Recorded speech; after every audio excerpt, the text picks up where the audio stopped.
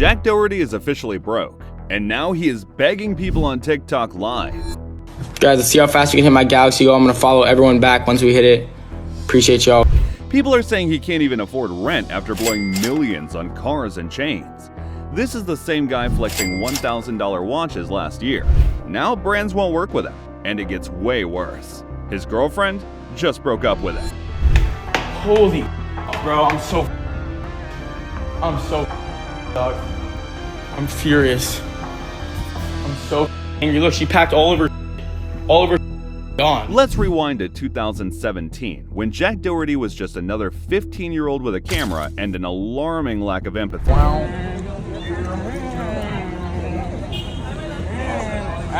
Not so fast, little bro. Not so fast, little bro. What are you gonna do? What are you gonna do? While normal teenagers worried about prom dates, Jack was busy perfecting the art of public harassment for YouTube monetization.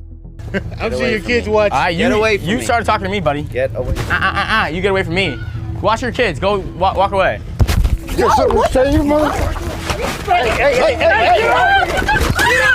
His breakthrough moment came with a simple but effective formula.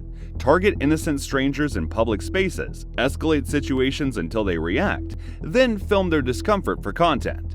The most distressed his victims looked, the more views he racked up. By 2018, his subscriber count was exploding exponentially. 500,000 became 1 million, then 5 million, then 10 million people watching his carefully orchestrated chaos. Each milestone meant bigger paychecks, and Jack quickly became addicted to both the money and the power over others. YouTube's ad revenue system was incredibly generous to creators hitting his view counts. Industry experts estimate Jack was pulling in $40,000 to $60,000 monthly just from ads by 2019. Add in sponsorship deals, energy drinks, mobile games, clothing brands apparently run by people who never watched his content, and his monthly income was easily 6 figures. And not many houses in the hills have to offer a freaking tennis court. Oh my gosh, like that's so cool. Right? What houses have a tennis tennis? court? Yeah. I've never played tennis.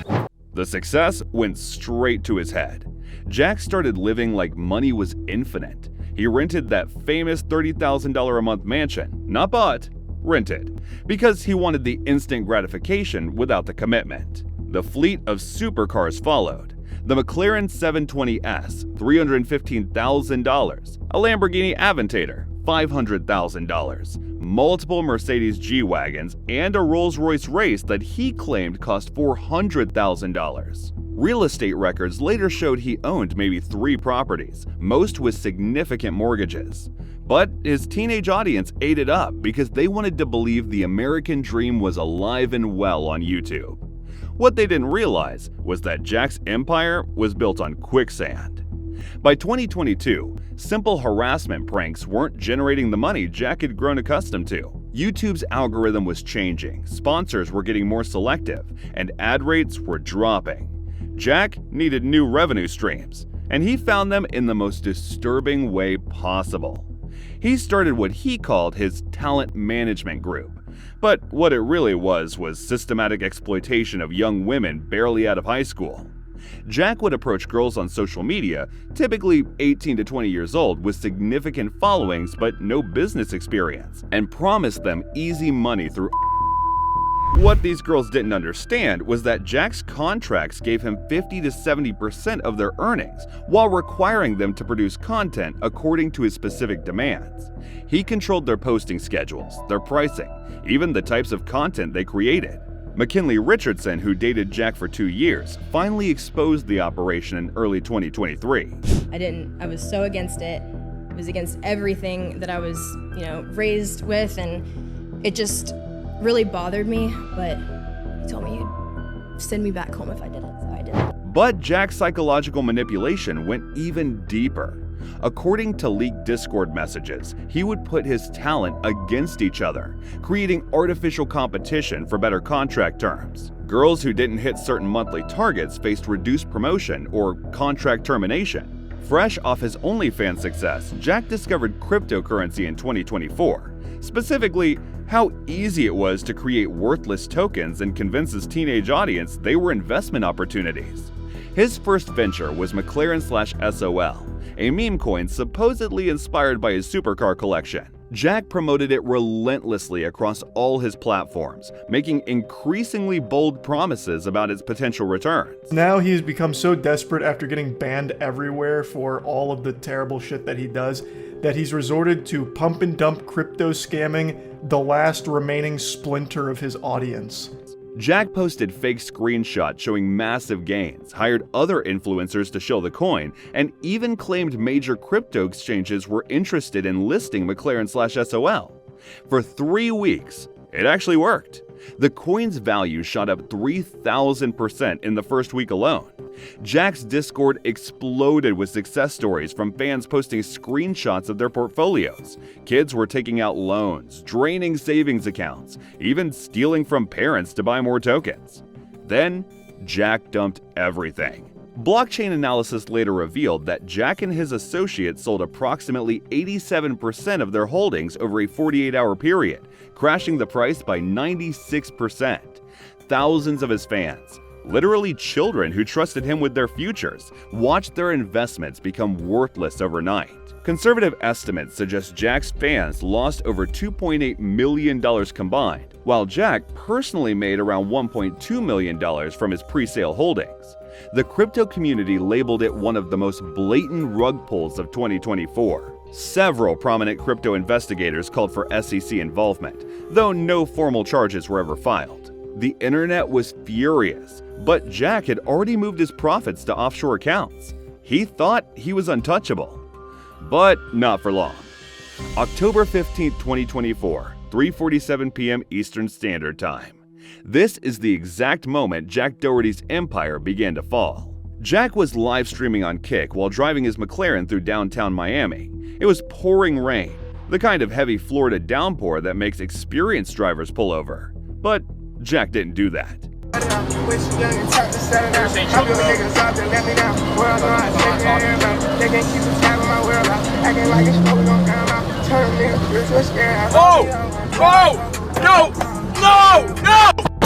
The McLaren speedometer hit 78 miles per hour when Jack lost control. The car hit a patch of standing water, hydroplaned for approximately 150 feet, and slammed into a concrete median barrier. The impact was so violent that it bent the car's carbon fiber chassis and deployed every airbag simultaneously. But here's what made the crash truly infamous. Jack's immediate reaction wasn't concern for his injured cameraman or shock at nearly dying. It was excitement about the content he'd just created. Holy shit. Holy fucking shit. Oh, Michael. Are you okay? Holy fuck. Oh my god, bro. The live stream stayed live for another 8 minutes while emergency responders arrived. Jack spent that time reading chat comments and asking viewers to smash that like button for the crazy crash content. Within hours, the clip had 15 million views across all platforms. The Miami-Dade police cited Jack for reckless driving, texting while driving, and excessive speed. But those were just misdemeanors. The real problem was civil liability. Michael's medical bills topped $47,000. The concrete barrier required $23,000 in city repairs. Other drivers affected by the accident were filing insurance claims. Property owners whose vehicles were damaged by debris had lawyers calling. State Farm's investigation into the McLaren crash took exactly 72 hours. Their conclusion was swift and financially devastating. Complete denial of coverage based on reckless endangerment while creating commercial content. Jack was suddenly personally responsible for over $400,000 in immediate costs: Michael's medical bills, vehicle replacement, property damage, legal fees, and multiple pending lawsuits. His cash reserves, while substantial, can't handle that kind of immediate drain. But the insurance denial was just the beginning of a domino effect that would destroy every revenue stream he'd built. Kick's terms of service were crystal clear about content that endangered others. Jack's permanent ban came with a statement: Kick does not and will not tolerate content that puts lives at risk for entertainment. This ban is permanent and non-negotiable. Although Jack was convinced he will be back in no time. You have to take care of yourself. What happened with the live stream? You got kicked? You got banned. Why? It's suspended. I'm fine. So how are you gonna do your politics? I will. I'll get on banned. Don't worry. The platform had been paying Jack approximately $70,000 monthly through the Creative Fund program, plus taking minimal fees for his donations and subscriptions. That income vanished overnight. Energy drink companies, mobile game developers, fashion brands, and tech companies began terminating contracts immediately. No one wanted their products associated with reckless driving that nearly killed someone. Jack's management team later revealed that he lost approximately $1.8 million in confirmed sponsorship deals between October and December 2024. Companies that had been paying him $50,000 to $100,000 per sponsored video were suddenly unreachable. With his income streams destroyed, Jack was burning through approximately $90,000 monthly while bringing in maybe $15,000 from his severely reduced YouTube revenue and merchandise sales. By May 2025, Jack's financial desperation had reached pathological levels. His latest scheme would prove to be the most damaging yet, a completely fabricated robbery designed to generate sympathy and potentially insurance money. On May 7th, Jack posted a tearful video claiming he'd been robbed at gunpoint of 2 diamond chains worth $300,000. He provided specific details: 3 armed men, broad daylight, downtown Miami, witnesses everywhere. Guys, I just got robbed on Rodeo Drive for $300,000 worth of my diamond chains. Pretty cooked. So funny, yeah. But I'm live on Party, so. He even filed a police report, giving statements to detectives and providing detailed descriptions of the alleged perpetrators. On the surface, it looked legitimate. But the internet is full of amateur detectives, and they immediately spotted problems with Jack's story.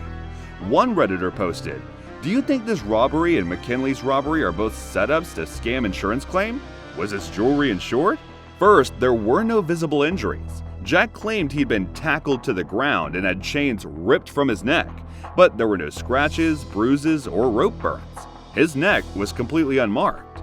Second, his emotional state was all wrong. Jack, who typically became hysterical over minor inconveniences, was suspiciously calm while describing a traumatic armed robbery. His effect was completely flat, like someone reading from a script. Third, and most damning, was the location issue. Jack claimed the robbery happened in downtown Miami at 2 p.m. on a Tuesday, one of the most surveilled areas in the city. Yet no security cameras captured the incident, no witnesses came forward, and no other evidence corroborated his story. Bro, he just fucking robbed me. They just took both my fucking chains, bro. Fuck, dog.